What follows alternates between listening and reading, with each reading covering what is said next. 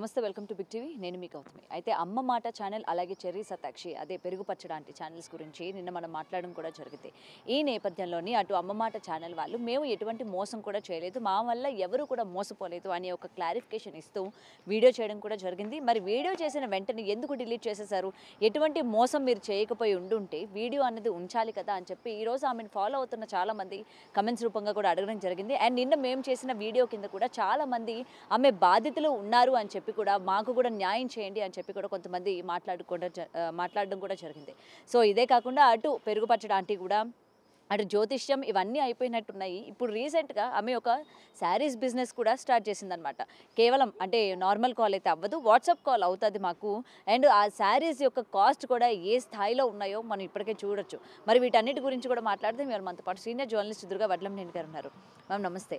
నేను ఆల్రెడీ మనం మాట్లాడాం. సో మన వీడియో కిందనే చాలామంది బాధితులు వచ్చి మేము బాధితులం అండి, మేము ఇంత నష్టపోయినాము, కొంతమంది లక్షల్లో చెప్తూ ఉన్నారు, కొంతమంది వేలల్లో చెప్తూ ఉన్నారు. నిజానికి అమ్మ మాట ఛానల్ వాళ్ళు మేము ఎటువంటి అన్యాయం చేయలేదు మా సబ్స్క్రైబర్స్కి అని చెప్తే ఆ వీడియోలు ఎందుకు డిలీట్ చేయాల్సి వచ్చింది? అండ్ అటు పెరుగు పచ్చడానికి మళ్ళీ కొత్త బిజినెస్తో మళ్ళీ ప్రజల్ని మోసం చేయడానికి మళ్ళీ ముందుకు రావడం జరిగింది. సో ఏం చెప్తారు? మీరు అన్నట్టుగా నిన్న మనం మాట్లాడాక ఆ వీడియో గురించి కూడా మనం మాట్లాడాము. ఇవాళ వీడియో డిలీట్ చేసేసారు, అంటే నిన్ననే చేసేసారు. మీరు చెప్పినట్టుగా ఇవాళ ఇంచుమించు 600 కమెంట్స్ పైగా వచ్చాయి. అందులో కనీసం ఒక 90% పైగా మీరు చాలా బాగా అడిగారు, చాలా బాగా చెప్పారు, మేమందరం మాలో చాలామంది బాధితులు ఉన్నారు, ప్రతిరోజు వెళ్ళి షాపింగ్లు చేసి చీరలు ఎలా కొంటారు, మేము ఎలా కొనగలం అని అంటే వాళ్ళని అంటున్నారు అనమాట. ప్రతిదీ ప్రమోషన్సే. ఒక ఆవిడ మేము భీమవరం నుంచి వెళ్ళామండి ఆవిడ దగ్గరికి, మేము చీరల బిజినెస్ పెట్టుకున్నాము, మాకు కొంచెం ప్రమోషన్ చేసి పెట్టండి అంటే, మీరు నా స్థాయి మనుషులు కాదు, అంటే మీరు అంత ఇచ్చుకోలేరు, నేను చాలా ఎక్కువ తీసుకుంటాను అని ఆవిడ చెప్పారు. వాళ్ళే కమెంట్ చేశారు, మనం చెప్పలేదు ఇది. ఇంకొకళ్ళు మేము 50 లక్షల దాకా పెట్టుబడి పెట్టామండి ఈవిడ మాట నమ్మి, మేము మోసపోయాము, కేసు వేసినా కూడా మాకేమీ న్యాయం జరగలేదు, ఇలాంటి వాళ్ళని మీరు ప్రశ్నించండి అని వాళ్ళు అడుగుతున్నారు. అంటే ఇప్పుడు మనం చెప్పేది ఒకటేనండి, మీరు ఛానల్స్ పెట్టుకోవద్దు, లేకపోతే మీరు మాట్లాడే హక్కు లేదు, మనం అవేవి మాట్లాడటం లేదు. కానీ ప్రతిరోజు వెళ్ళి మనం చీరలు ఈ చీరలు కొనుక్కోండి, ఆ చీరలు కొనుక్కోండి, అక్కడ బాగున్నాయి ఇక్కడ బాగున్నాయి, ఎన్ని కొంటారండి? మనమే కొనగలమా? మన నెలకి 2-3 చీరలు కొనటానికే మనం నెలకి 2-3 చీరలు కొనటానికే చాలా ఆలోచిస్తాం. అటువంటిది దిగువ మధ్యతరగతి వాళ్ళు ఎంత కొంటారండి? వాళ్ళు అదే అడుగుతున్నారు. తర్వాత మీరు గతంలో కనుక చూసుకుంటే ఒక కమెంట్ వచ్చింది అందులో, ఒకసారి ఆవిడ రివర్స్లో అంటే మామూలుగా అయితే మనం తులసి కోటకి కుడి నుంచి ఎడమకు వస్తాం, కానీ ఆవిడ ఎడమ నుంచి కుడికి వస్తే ఎవరో కమెంట్ చేస్తే నేను ఇలాగే చేస్తాను, మీకు ఇష్టమైతే ఫాలో చేయండి లేకపోతే లేదు. నేను అనేది ఏంటంటే, మీకు తెలియకపోతే తెలుసుకోండి. ఇప్పుడు మీరు ఎలా ఎదురవాళ్ళకి చెప్తున్నారో ఎదురవాళ్ళు కూడా మీరు తప్పు చేస్తే చెప్తారు, అది తెలుసుకోవాలి మీరు, మీకు అహంకారం అక్కర్లా. నెంబర్ 1. నెంబర్ 2, ఆవిడ దసరా టైంలో ఇత్తడి విగ్రహాలు పెట్టింది. ఆ ఇత్తడి విగ్రహాల మీద చాలామంది కమెంట్ చేశారు. ఇవాళ ఒక కమెంట్లో అది కూడా ఉంది. సారీ, అందులో ఏంటంటే ఆవిడ కొన్ని విగ్రహాలు వెనక్కి ఇచ్చేసింది. ఇప్పుడు మనం ఒకసారి పూజకో లేకపోతే ఒక దసరాలో మనం బొమ్మల కొలువ పెట్టాక ఆ విగ్రహాలు మనం కొట్లో వెనక్కి ఇస్తామా? ఇచ్చాక అది వేరే వాళ్ళకి అమ్ముతారా? అది పద్ధత కాదు కదా. ఇప్పుడు మీకు చిన్న ఉదాహరణ చెప్తా. మొన్న మేము కారాలు శివం రోడ్లో కొనుక్కుంటాం, ఇది శంకర మఠం దగ్గర కొనుక్కుంటాం. ఒక ఆవిడ కారాలు తర్వాత ఇది ఆవపొడి అన్నీ వెనక్కి ఇచ్చేస్తే నాకు ఆ కొట్టు వాళ్ళు ఏం చెప్పారంటే, మేడం ఇది మేము మళ్ళీ అమ్మం, మాకు ఆవిడ చాలా కాలం మాకు కస్టమర్ కాబట్టి మేము తీసుకున్నాం, మామూలుగా తీసుకోం, ఉప్పు కూడా వెనక్కి ఇస్తానంది ఆవిడ, ఉప్పు మేము తీసుకోమన్నారు. అంటే వాళ్ళు ఎంత నిబద్ధతతో ఉన్నారో మీకు చెప్తున్నాం. మేము ఇది వేరే వాళ్ళకి అమ్మమండి, మా ఫ్యామిలీలోనే వాడుకుంటాము, మేము మళ్ళీ దాన్ని రీసేల్ చెయ్యం అంటే అది పద్ధతి. అలాంటిది ఇక్కడ దసరా బొమ్మలు అసలు ఇతడు ఎవడైనా పెట్టుకుంటాడా? ఇంకొకటండి, ఇప్పుడు ఆవిడ ఆవిడ కూడా వ్యాపారం చేస్తుందంటారు, ఇత్తడి వ్యాపారం కూడా వాళ్ళు మొదలు పెట్టారని, అది మనకు తెలియదు. నేను ఒకటే చెప్తానండి, ఇప్పుడు వాళ్ళు ఎవరో చేశారని మనం చెయ్యక్కర్లా. ఇప్పుడు ఇత్తడి సామాన్ తోమడం ఎంత పని తెలుసా? నాకు ఇత్తడి మా ఇంట్లో చిన్నప్పటి నుంచి అలవాటు. గిన్నెలు కాదు, లేకపోతే మా నాన్నగారు, మేము కేరళ అన్ని చోట్ల తిరిగాం కదా, అప్పట్లో కేరళ ఇలాంటి చోట్ల మీకు హ్యాండీక్రాఫ్ట్స్ ఉంటాయి కదా తమిళనాడులో, ఈ ఈవెన్ ఏమంటారు కొవ్వొత్తి స్టాండ్లు కూడా మాకు ఇత్తడివి అప్పుడు అలవాటు. గ్లాసే కాకుండా ఇత్తడివి అప్పట్లోనే మా ఇంట్లో ఏకంగా ఎన్ని ఉంటాయో. నేను అనేది ఏంటంటే మీరు మెయింటైన్ చేయగలిగితే కొనుక్కోండి, వాళ్ళు ఎవరో పెట్టుకున్నారని మనం పెట్టుకోవద్దు. తర్వాత పూజలు అనేవి మీరు యూట్యూబ్ కోసం చేయకండి.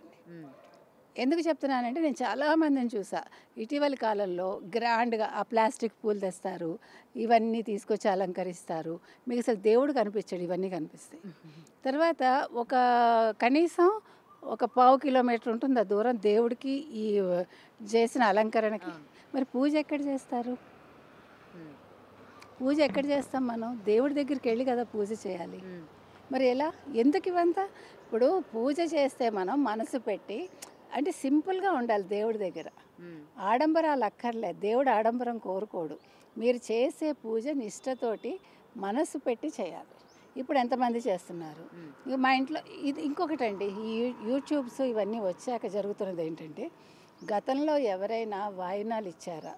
గతంలో ఎవరైనా ఇచ్చినమ్మ వాయినం పుచ్చుకుంటున్నమ్మ వాయినం ఈ మాట అసలు ఎప్పుడు వాడతారో తెలుసా?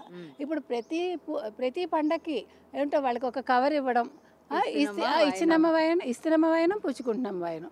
నాకు తెలియదు ఇది, అది ఒక పర్టిక్యులర్ పూజకే వాడతారు, ప్రతిసారి వాడరు అలాంటివి, కొన్ని సందర్భాల్లోనే వాడతారు. ఒకటి. రెండోది, ప్రతి వాళ్ళు ఇప్పుడు పండగలు చేసేస్తున్నారు. ఒకప్పుడు బొట్లే పెట్టుకోలేదు, మీకు తెలుసో లేదు. ఒకప్పుడు పండగలే చేసేవాళ్ళు కాదు. ఇప్పుడు ప్రతిదీ చాలా గ్రాండ్గా పండగ. అసలు ఒక రకంగా మంచిదే పూజలు చేయటం, కానీ ఇది ఒక వేలం వెరిలాగా అయిపోయింది. ఇదేంటంటే వాళ్ళని ప్రదర్శించుకోవటం అనమాట. దీని మూలంగా ఓ వీడియో చేయటం. ఇప్పుడు మీరు ఇవి పెట్టారు, అప్పుడు పక్కవాడు చూసేవాడు, ఓ ఇవి ఎక్కడ కొన్నారు, భలే ఉన్నాయే అడగడం వెంటనే. అంటే మీరు పూజ చేసేది మీకు వ్యూస్ రావాలి, మీరు పూజ చేసేది మీకు సబ్స్క్రైబర్స్ రావాలి, మీరు పూజ చేసేది డబ్బులు రావాలి. అది కాదు. మీరు సింపుల్గా చేయండి. దేవుడు ఎప్పుడు కూడా అంటే మీరు గుళ్ళల్లో మనం చూస్తే గర్భగుడి సింపుల్గా ఉంటుంది, దేవుణ్ణే అలంకరిస్తారు, ఎక్కువ వేలం వెరిగా అలంకరణలు ఉండవు. మీరు గమనిస్తే కనుకైతే మనం చక్కగా మామిడి తోరణాలు కడతాము, చేస్తాము. ప్లాస్టిక్ పూలు అంటే ఇప్పుడు పెట్టుకుంటున్నారు వాళ్ళ ఇష్టం, నేను దాని గురించి అంటల్లా. ఈ పిండి వంటలు లేకపోతే ఈ చేసినవన్నీ చుట్టూ పెట్టేసి పూజ చేయడానికి ప్లేస్ లేకుండా అది చిత్రంగా అనిపిస్తుంది నాకు. రెండోది, ఇదే వీళ్ళ అమ్మాయిలు ఒక వీడియో చేశారు గతంలో, దీపాల్లో ఎన్ని వత్తులు వేయాలి, 2 వత్తులా 3 వత్తులా, అది చాలా వ్యంగ్యంగా చేశారు దాని మీద. వీళ్ళిద్దరు కూతుళ్ళు, ఈ జయమ్మ గారి ఇద్దరు కూతుళ్ళు. అంటే ఎందుకు చెప్తున్నానంటే, ఒత్తులు అనేవి 2 కుందులు పెడతాము, 2 ఒత్తులు వేస్తాం మనం. నూనె కూడా నువ్వుల నూనె వాడతాము, కొంతమంది నెయ్యి వాడతారు, డిపెండ్స్ అది. తర్వాత మీకు పూజా విధానం అనేది ఎవరింట్లో వాళ్ళకి ఒక పద్ధతి ఉంటుంది, ఒకళ్ళు చెప్పి మనం చేయక్కర్లా. అంటే పూజ తెలియని ఇళ్ళు ఉండవు నాకు తెలిసి. ఇప్పుడు మీ అమ్మగారు చెప్పింది మీరు ఫాలో అవుతారు, మా అమ్మమ్మ చెప్పింది ఫాలో అయ్యారు, లేకపోతే వాళ్ళ అత్తగారు చెప్పింది ఫాలో అవుతారు. మనం పెళ్ళయ్యాక మన అత్తగారు చెప్పింది ఫాలో అవుతుంది. దానికి ఎవడో వచ్చి మనకి నువ్వు దీపాల్లో ఇన్ని ఒత్తులు వేయాలి, ఏంటండి ఇదంతా కొత్త సంప్రదాయాలు మనకు అవసరమా? అండ్ కేవలం వీళ్ళు ఏంటంటే మీరు అన్నట్టు వ్యూస్ కోసము ఇగోండి పూజలు ఇలా చేయాలి, లేకపోతే ఈ విధంగా దీపాలు పెట్టాలి, ఈ విధంగా చేయాలి అని చెప్తూ ఉంటే చూసిన వాళ్ళు, ఎందుకంటే మా ఇంట్లో కూడా ఉన్నారు, ఇగో ఈవిడ చెప్పింది ఇలాగే చేయాలని, నువ్వు చెప్పేది కాదు నేను చెప్పేది కాదు, వాళ్ళ నుంచి ఈవిడ చెప్పినట్టు చేద్దాం అంటే గుడ్డిగా నమ్మేస్తున్నారు వీళ్ళని. నేననే ఇప్పుడు ఈ దీపంలో ఈ నూనె వెయ్యండి, అది ఎవడు చెప్పాడండి? ఎక్కడా లేదు. నువ్వుల నూనె అనేది అనాదిగా వస్తుంది. లేకపోతే మనం ఆవదం నూనె ఎప్పుడు వాడామంటే చదువుకోవటానికి ఆవదం నూనె, కళ్ళకి మంచిది ఆవదం, కళ్ళకి చలవని ఆవదం వత్తులు వేసి పెట్టేవాళ్ళు. అంటే నేను అనేది కొత్తగా వీళ్ళని చూసి ఎవడు నేర్చుకోకర్లా. మీ సంప్రదాయం ఒకటి ఉంటుంది ప్రతివాడి. ఎందుకంటే ఇప్పుడు మీకు ఒక ఇంట్లో ఉండే పద్ధతి ఇంకో ఇంట్లో ఉండదు. మీరు అనుకుంటున్నారు ఒకే కులం వాళ్ళైనా వాళ్ళు ఉండే ప్రాంతాలను బట్టి అలవాట్లు మారుతాయి, వేరేగా ఉంటాయి. అంటే స్థానిక ఇది కూడా పడుతుంది వాళ్ళ మీద. కాబట్టి నేను ఇలా చేశాను కాబట్టి మీరు ఇలా చేయండి అవసరం లేదు. మీరు ఏం చేస్తున్నారో అదే చేయండి. మీకు దేవుడి మీద భక్తి ప్రధానం, అంతే. అర్థమైందా?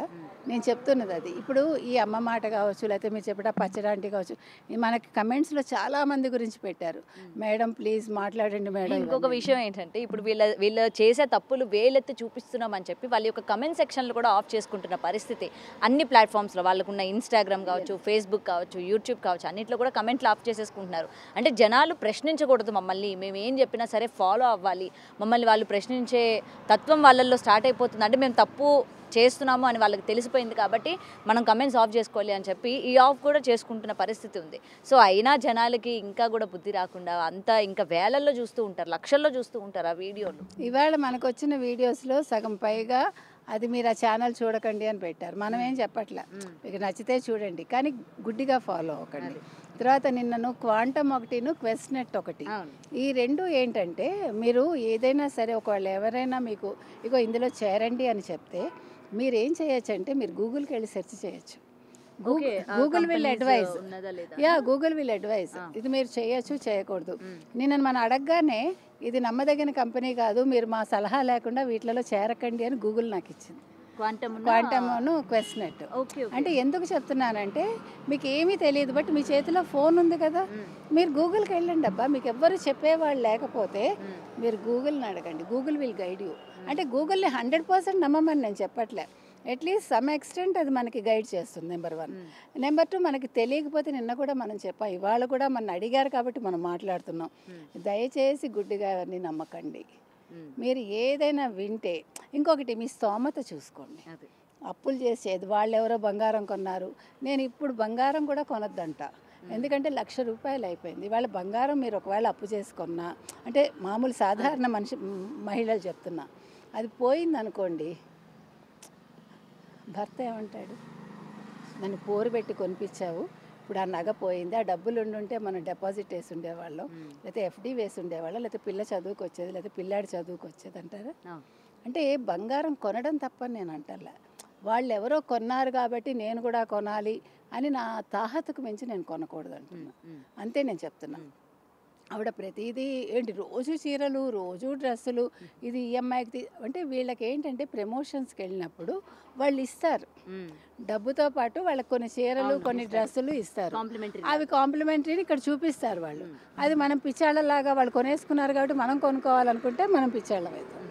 నేను చెప్తున్నది అది, వాళ్ళు మేము ఇది డబ్బులు తీసుకున్నామని ఎవడు చెప్పడుగా, వాళ్ళు చెప్తే వాళ్ళు అంత ఫ్రాంక్గా ఏమి ఉండరు. నిన్న ఆవిడ ఖచ్చితంగా అమ్మ మాట అంటే అమ్మ మాటే, మరి అమ్మ మాట అంటే అమ్మ మాటే అంటే వీడియో ఎందుకు డిలీట్ చేశారు మీరు? మీరు తప్పు చేయకపోతే, లేదు మీకు భయం వేయకపోతే, మేము ఎన్నో ఎదుర్కొన్నాము, నేను ఎదుర్కొన్నా, మా వారు ఎదుర్కొన్నారు, మా మరిది గారు ఎదుర్కొన్నారు, గుడ్, అందరం కష్టపడి పైకి వస్తామండి. ప్రతి మనిషికి జీవితంలో కష్ట సుఖాలు ఉంటాయి, బ్యాడ్ పీరియడ్ అని అది ఉంటుంది, మీ ఒక్కళ్ళకే కాదు, అది ఎవరం దిగిరాము. అందుకని ఇక్కడ వాళ్ళకున్న సబ్స్క్రైబర్స్ కూడా ఎమోషనల్ బ్లాక్మెయిల్ చేస్తున్నారు. చాలా చాలా చాలా ఇప్పుడు ఈ ఎమోషనల్ బ్లాక్మెయిల్కి ఇంకొకటి అండి, మీరు ఒప్పుకున్నా ఒప్పుకోకపోయినా మీరు మనుషుల్లో ఉండే ఒక చిన్న బలహీనత ఏంటంటే, ఎవరైనా అందంగా ఉన్నా, కొంచెం రంగుగా ఉన్నా తొందరగా పడిపోతారు. మీరు గమనించండి, అది మీరు అనుకోవచ్చు రంగు ఏంటండి, నేను రంగు గురించి మాట్లాడిన ఒప్పుకోను కూడా, కానీ అది మనిషిలో ఉంది, అది ఆ అట్రాక్షన్ అనేది. తెల్లగా ఉండి కాస్త నవ్వుతూ మాట్లాడితే, అంటే మీరు ఒక్కటండి, ప్రతి మనిషిని అబ్జర్వ్ చేయటం నేర్చుకోవాలి, అది కూడా ఒక కళే. ఒక మనిషి మాట తీరును బట్టి వీళ్ళు ఎంత ఫ్రాంక్గా ఉన్నారు, వీళ్ళు నిజంగా నిజం మాట్లాడుతున్నారా మనకు తెలిసిపోతుంది, అది అనుభవం మీద వస్తుంది. ఇప్పుడు చాలామందికి ఏమవుతుందంటే చూస్తారు, భర్త వద్దండం అనే కోపం పెట్టుకుని వాళ్ళు ఇంకొంచెం మొండిగా అవుతారు. లేదా అత్తగారు వద్దంది అనుకోండి, నువ్వెవరు చెప్పేదానికి, మా ఆయన ఇస్తాడు, నాకు ఇస్తాడు కరెక్టే, అది మనకు అవసరమా కాదా? ఇప్పుడు ఒక వస్తువు కొనాలి, అవసరమా కాదా? మన ఇల్లు ఎంత ఉంది, మనకి ఇది పెట్టుకునే చోటు ఉందా లేదా, లేదు దీనివల్ల నిజంగా ఉపయోగం ఉందా లేదా, దీనివల్ల నిజంగా ఉపయోగం ఉందా లేదా, ఇవి ఆలోచించుకోవాలి. నేను చెప్తున్నది అది, మీరు వీడియోస్ చూడండి కానీ ఎంతవరకు అవసరమో అంతవరకే మీరు కొనుగోలు చేయండి, ప్రతిదీ గుడ్డిగా నమ్మద్దు. ఇప్పుడు చాలామంది మేము మోసపోయాం అంటున్నారు, అమ్మ మాట ఛానల్ చూసి మరొకటి చూసి ఇందాక మీరు అన్నారు ఆ పెరుగు పచ్చడి ఆవిడ, ఆ పెరుగు పచ్చడి ఆవిడ ఏదో కొత్త బిజినెస్ మొదలుపెట్టింది. మీరు బిజినెస్లు చేసుకుంటూ మీరే మాకు దిక్కు, మాకు మీరే దేవుళ్ళు, మీ వల్లే అన్నం తింటున్నాం, వద్దండి. మీరు కోట్లు సంపాదించారు, మీ కోట్లలో ఎవరికైనా ఒక ఆవిడకు పెట్టింది కూడా. ఇప్పుడు ఈ అమ్మ మాట ఆవిడ కావచ్చు, పెరుగు పచ్చడి ఆవిడ కావచ్చు, ఇంకొకళ్ళు కావచ్చు, వీళ్ళు ఈ మొన్న మరి యుద్ధం జరిగింది ఆపరేషన్ సింధూరు, మీరు ఆర్మీకి ఏమైనా ఇచ్చారా? అలాంటి విషయాలు ఎందుకు మాట్లాడరు? ఓ పక్క అక్కడ యుద్ధం జరుగుతుంటే మీరు చీరలు ఎందుకు చూపిస్తారు, నగలు ఎందుకు చూపిస్తారు, బంగారం గురించి ఎందుకు మాట్లాడతారని అడుగుతున్నారు. కరెక్ట్ కదా? అప్పుడు మీరు దేశభక్తికి సంబంధించి మాట్లాడాలి.